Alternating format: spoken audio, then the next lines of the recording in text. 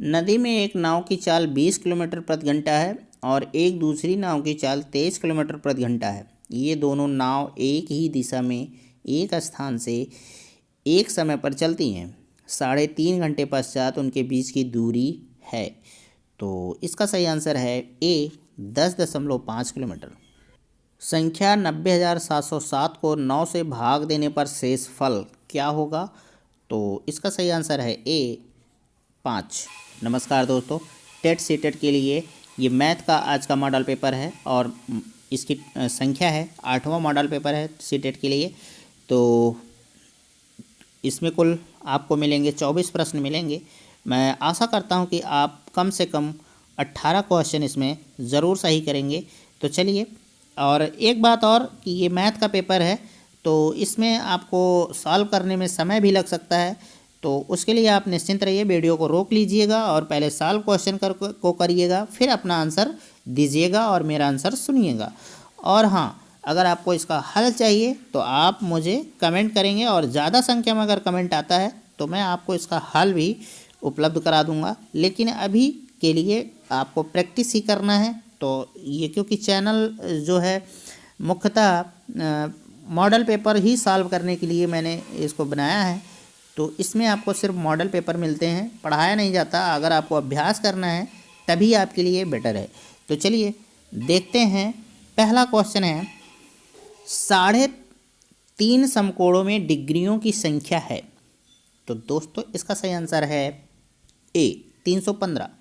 11 इकाइयाँ धन 11 दहाइयाँ धन 11 सैकड़े। यहाँ दुहाइयाँ लिखा है तो आप लोग कंफ्यूज मत होइएगा, दहाइयाँ है, सैकड़े बराबर है।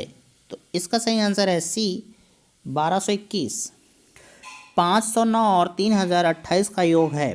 तो इसका सही आंसर है बी 3537, मतलब 3537। किसी वर्ग का परिमाप 24 सेंटीमीटर है और किसी आयत की लंबाई 8 सेंटीमीटर है। यदि वर्ग और आयत के परिमाप बराबर हों तो आयत का क्षेत्रफल क्या होगा? तो इसका सही आंसर है बी 32। संख्या 12,345 में 3 के स्थानीय मान तथा अंकित मान में अंतर है। तो इसका सही आंसर है बी 297। निम्न में से कौन सा सही नहीं है? तो दोस्तों इसका सही आंसर है डी 56.7 किलोग्राम 5,670 ग्राम। एक ताज़ा मछली को सुखाने पर उसका भार 1/3 रह जाता है। सुनीता 1500 किलो ताज़ा मछली ₹25 प्रति किलो के भाव से खरीद कर उसको सुखाकर ₹80 प्रति किलो के भाव पर बेच देती है। इस प्रकार वह कमाती है। तो दोस्तों इसका सही आंसर है बी। आप लोग क्वेश्चन को सॉल्व करिए, वीडियो को रोकिए, पहले क्वेश्चन को सॉल्व करिए और तब हमारे आंसर से आप अपने आंसर को मिलान करिए। उसके बाद आपने कितना सही किया है मुझे ज़रूर कमेंट करिएगा। अगर आपको चैनल का क्वेश्चन का स्तर समझ में आता है, पसंद आता है तरीका, तो आप मुझे कमेंट कर सकते हैं कि आपने कितना सही किया है। अगला प्रश्न, निम्न प्रतिरूप को देखिए। तो दोस्तों ये प्रतिरूप है, आपको देखना है। इसी प्रतिरूप के अनुसार ये सवाल है और ये ऑप्शन है। तो आपको इसको सॉल्व करना है। मैं आज का आंसर बता देता हूँ। सी सही है। 1 2 3 4 5 6।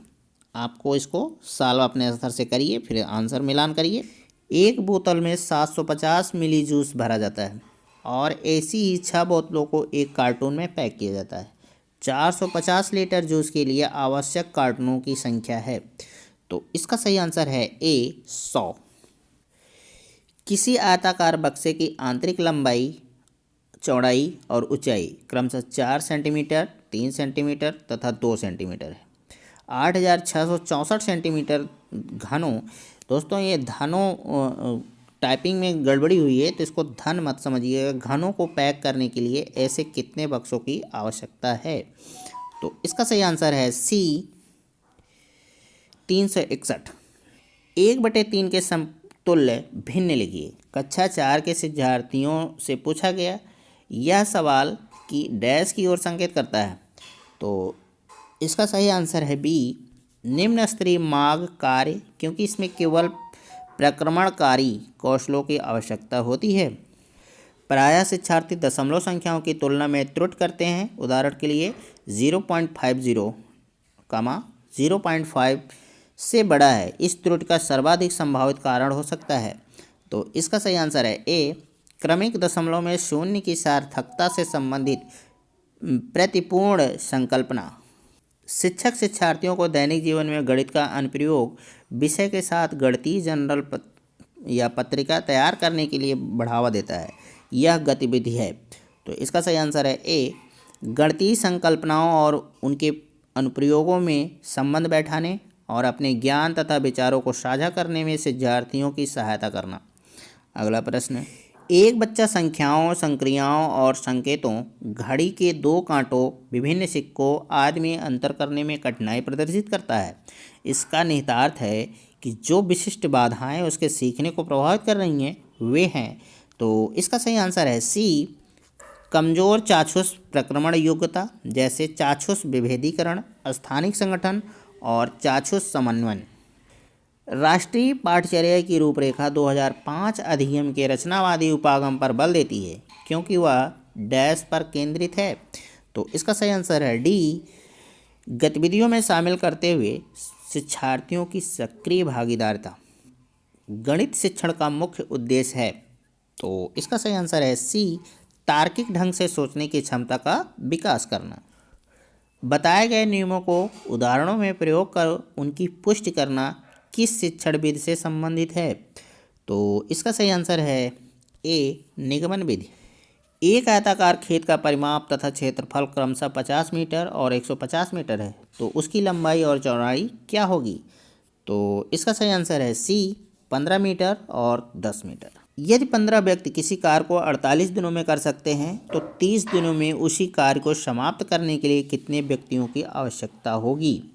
तो इसका सही आंसर है सी, 24। एक गाड़ी 90 किलोमीटर प्रति घंटा की गति से चलकर दूसरे ट्रेन को जो 300 मीटर लंबी है तथा 60 किलोमीटर प्रति घंटा की गति से उसी दिशा में चल रही है 2 मिनट में पार करती है। पहली गाड़ी की लंबाई है। तो इसका सही आंसर है ए, 700 मीटर। इकाई योजना के प्रतिपादक हैं। तो इसका सही आंसर है सी, जॉन डीवी। और आज का अंतिम प्रश्न है 24वां प्रश्न। तो आप लोगों को इससे पहले बात करने से पहले मैं आप लोगों से कहूँगा कि अगर आपको चैनल पसंद आता है, चैनल का तरीका पसंद आता है, इसके क्वेश्चन के स्तर पसंद आते हैं तो आप हमें ज़रूर सब्सक्राइब करें और ज़्यादा से ज़्यादा लोगों तक इस वीडियो को शेयर भी कर दें। तो आज का अंतिम प्रश्न है, गणित मूल्यांकन में कौन सा पद शामिल होता है। तो इसका सही उत्तर है डी, ये सभी। कहने का मतलब उद्देश्य भी शामिल होता है, अधिगमन, अनुभव भी और मूल्यांकन भी।